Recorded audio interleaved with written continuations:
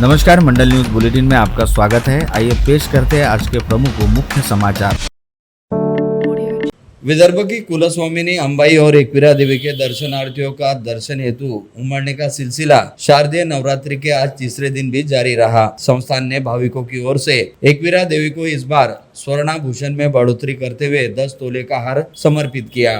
उसी प्रकार कुछ भाविकों ने 1-1 लाख रुपए का चढ़ावा अर्पित करने की जानकारी दी गई। बता दें कि 3 दिनों में करीब 2.25 लाख से अधिक श्रद्धालुओं ने दर्शन लिए।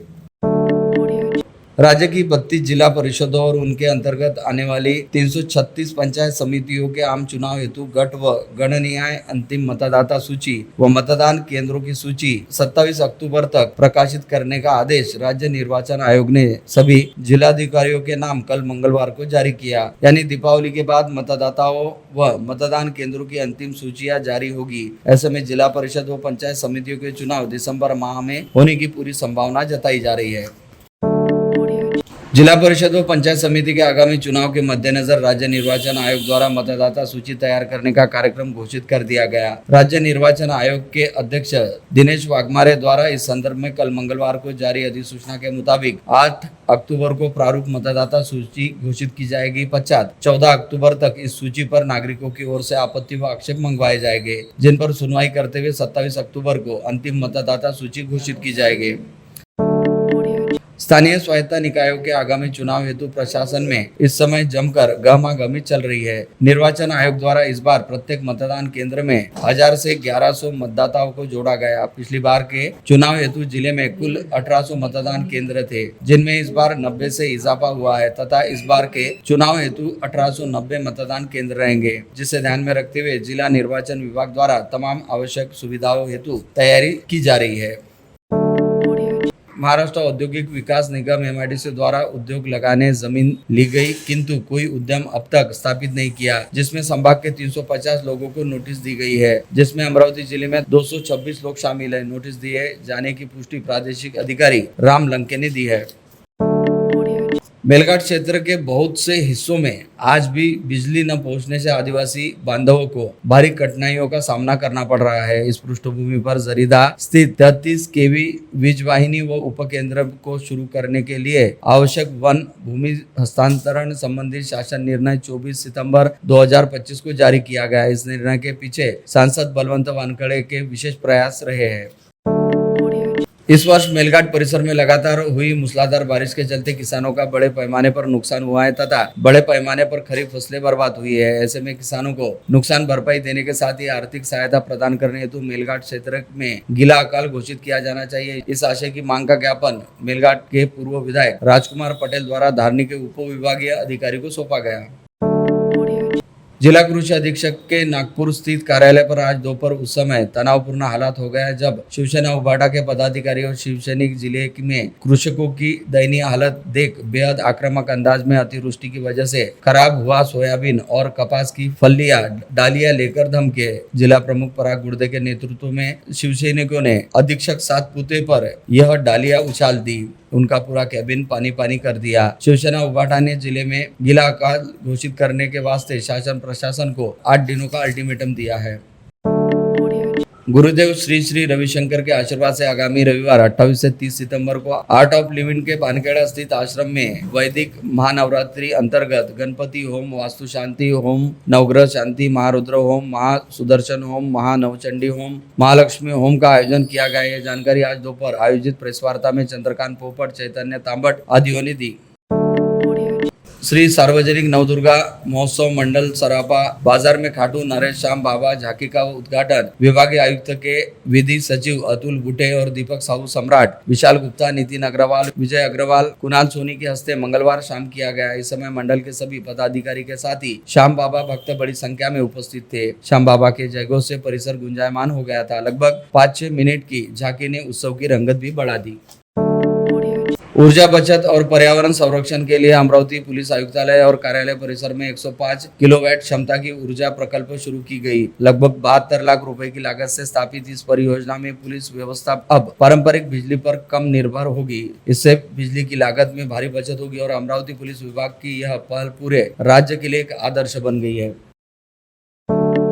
शहर में विगत कुछ दिनों से गांजे व चरस के साथ ही एमडी ड्रग जैसे मादक पदार्थों की तस्करी व बिक्री का व्यवसाय तेजी के साथ फल फूल रहा है, जिसके खिलाफ पुलिस द्वारा कड़े कदम उठाए जा रहे हैं। लेकिन इसके बावजूद एमडी ड्रग्स तस्कर शहर के अलग अलग हिस्सों में चोरी छिपे तरीके से ड्रग की खेप पहुंचाने और ड्रग्स की बिक्री करने का काम कर रहे हैं। ऐसे में अब नागरिकों द्वारा भी एमडी ड्रग्स तस्करों के खिलाफ आवाज उठाई जाने लगी है, जिसके तहत जाकिर कॉलोनी परिसर निवासी नागरिकों ने शहर पुलिस आयुक्तालय पहुंचकर जाकिर कॉलोनी परिसर में होने वाली ड्रग्स की बिक्री को लेकर शिकायत दर्ज कराई। साथ ही ड्रग्स तस्करों व विक्रेताओं के खिलाफ कार्यवाही किए जाने की मांग भी उठाई। पुलिस आयुक्त अरविंद सावरिया से मिलने हेतु पहुंचे जाकिर कॉलोनी परिसर वासियों ने सीपी सावरिया को बताया कि जाकिर कॉलोनी में नूर मस्जिद से लगकर एक खेल का मैदान है, जहां पर परिसर में रहने वाले बच्चे खेलने कूदने आते हैं। लेकिन विगत कुछ दिनों से इस प्लेग्राउंड पर कुछ असामाजिक तत्वों का आना जाना शुरू हो गया है, जिन्होंने इस प्लेग्राउंड को अपना ठिकाना बनाते हुए यहाँ पर एमडी ड्रग की खरीदी बिक्री का काम करना शुरू कर दिया है। साथ ही जिन ड्रग्स विक्रेताओं से एमडी ड्रग्स खरीदकर कई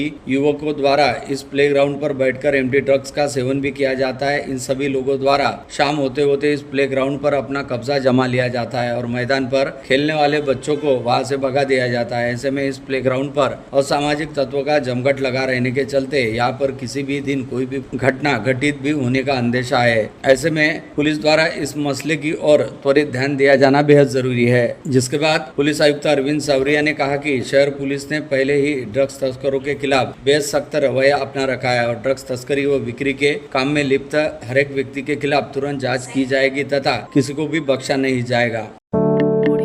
विगत 2 सितंबर को चांदोर रेलवे शहर स्थित विघ्नहर्ता मंदिर के पास से अजय टेम्बरे, श्याम मोड़, संतोष वाघमारे व उज्जवल वाघमारे ने एक नाबालिग लड़की का अपहरण कर लिया था, जिसे लेकर शिकायत दर्ज कराने के बावजूद चांदोर रेलवे पुलिस द्वारा इस मामले की कोई कार्यवाही नहीं की गई। साथ ही शिकायत लेने से भी इनकार किया गया। इस आशय का आरोप लगाते हुए उक्त नाबालिग लड़की के माता पिता ने आगामी सोमवार 29 सितम्बर से ग्रामीण पुलिस अधीक्षक कार्यालय के समक्ष आमरण अनशन शुरू करने की चेतावनी दी। अमरावती शहर के नागपुरी गेट थाना क्षेत्र में रहने वाले 2 बदमाशों ने पैसों की लालच में क्रूड ऑयल कंपनी के 2 डिस्ट्रीब्यूटर को बुल्डाना से बंदूक की नोक पर किडनैप कर लिया। पश्चात दोनों को अमरावती जिले के मार्डी गांव में लाकर ऑयल मिल के संचालक से संपर्क कर 20 लाख रुपए की फिरौती मांगी। तत्पश्चात आरोपी दोनों डिस्ट्रीब्यूटर को राजस्थान ले गए। शिकायत दर्ज होते ही बुल्डाना की अपराध शाखा की दल ने दोनों अपहरणकर्ताओं को 48 घंटे के भीतर राजस्थान से गिरफ्तार कर लिया। उनके पास से वर्ना कंपनी की कार, 2 देशी पिस्तौल, 2 जिंदा कारतूस समेत कुल 5,51,000 रुपए का माल जब्त किया गया। गिरफ्तार आरोपियों के नाम मोहम्मद जुनेद, मोहम्मद इरफान उम्र 30 और निहाल अहमद, फिरोज अहमद उम्र 26 है। जानकारी के मुताबिक गुजरात के सूरत निवासी व्यापारी जयदीप नथु गिडा ने 22 सितंबर को बुल्डाना में आकर थाने में शिकायत की थी। उनके क्रूड ऑयल कंपनी के 2 डिस्ट्रीब्यूटर जय जिराश और हिम्मत भाई सेल करने के लिए गुजरात से बुल्डाना जिले के मलकापुर आए हुए थे, लेकिन 19 सितंबर से दोनों की लापता रहने के चलते थाने में शिकायत दी गई। तभी उन्हें एक अनजान नंबर से फोन आया कि तुम्हारे दोनों डिस्ट्रीब्यूटर हमारे कब्जे में हैं। उन्हें छुड़ाने के लिए 20 लाख की फिरौती मांगी और धमकी भी दी कि अगर पुलिस को पता है तो दोनों को जान से मार देंगे। ऑयल मिल के संचालक द्वारा शिकायत दर्ज कराने पर पुलिस ने फिरौती मांगने का मामला दर्ज किया। बुल्डाना पुलिस ने मामले को गंभीरता से लेकर पुलिस अधीक्षक नीलेश तांबेकर अपराध शाखा के दल को अपहरणकर्ताओं का सुराग लगाने के लिए रवाना किया। बुल्डाना अपराध शाखा के निरीक्षक सुनील अंबुलकर के मार्गदर्शन में पुलिस के दल ने 48 घंटे के भीतर 1600 किमी की यात्रा पूरी कर आरोपियों को राजस्थान के कोटा परिसर से गिरफ्तार कर लिया और दोनों डिस्ट्रीब्यूटर जय निराश और हिम्मत भाई को अपहरणकर्ताओं के चंगुल से छुड़ा लिया।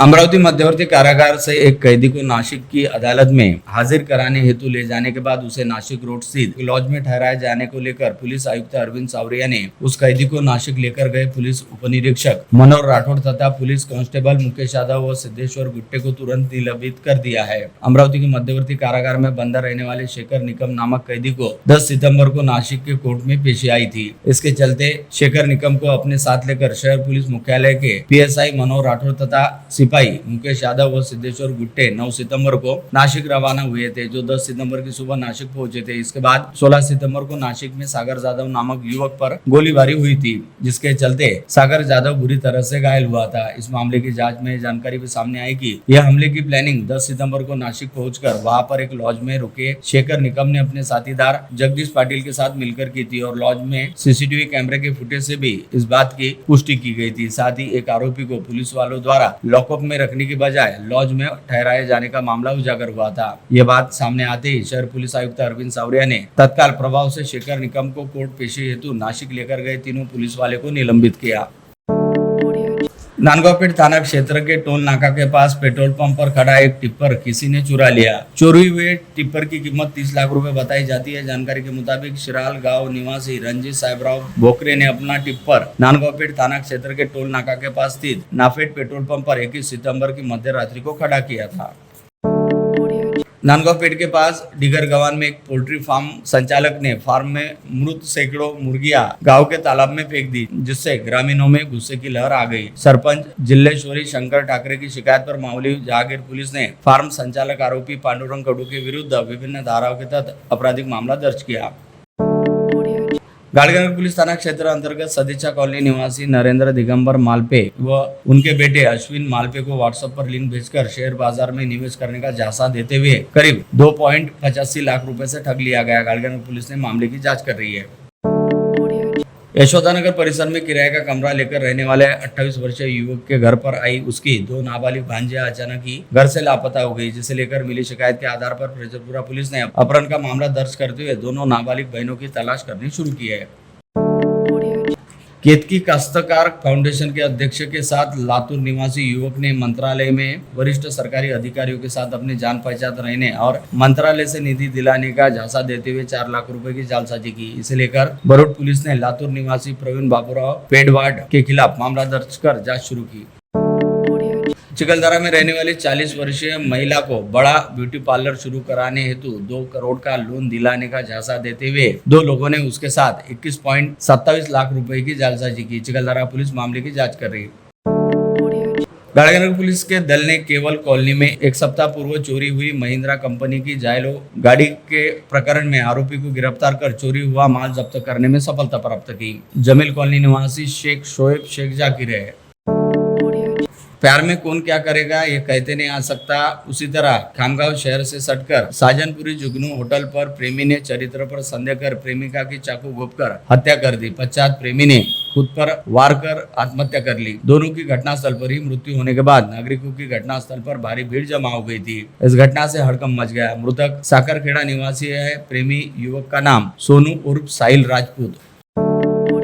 जालना के अंबट चौराहे पर हुए भीषण हादसे में बुल्डाना जिले की चिखली तहसील अंतर्गत करवंड निवासी विनोद माधव घायवट व उनकी पत्नी मंजुला घायवट की मौके पर ही दर्दनाक मौत हो गई, जिसके चलते पति पत्नी के पार्थिवों का एक ही चिता पर अंतिम संस्कार किया गया। इस समय मृतक दंपति की 9 वर्षीय बच्ची को रोता देख सभी की आंखें नम हो गई। उल्लेखनीय है कि इस हादसे में घाटव दंपति की 9 वर्षीय बच्ची सौभाग्य से बाल बाल बच गई।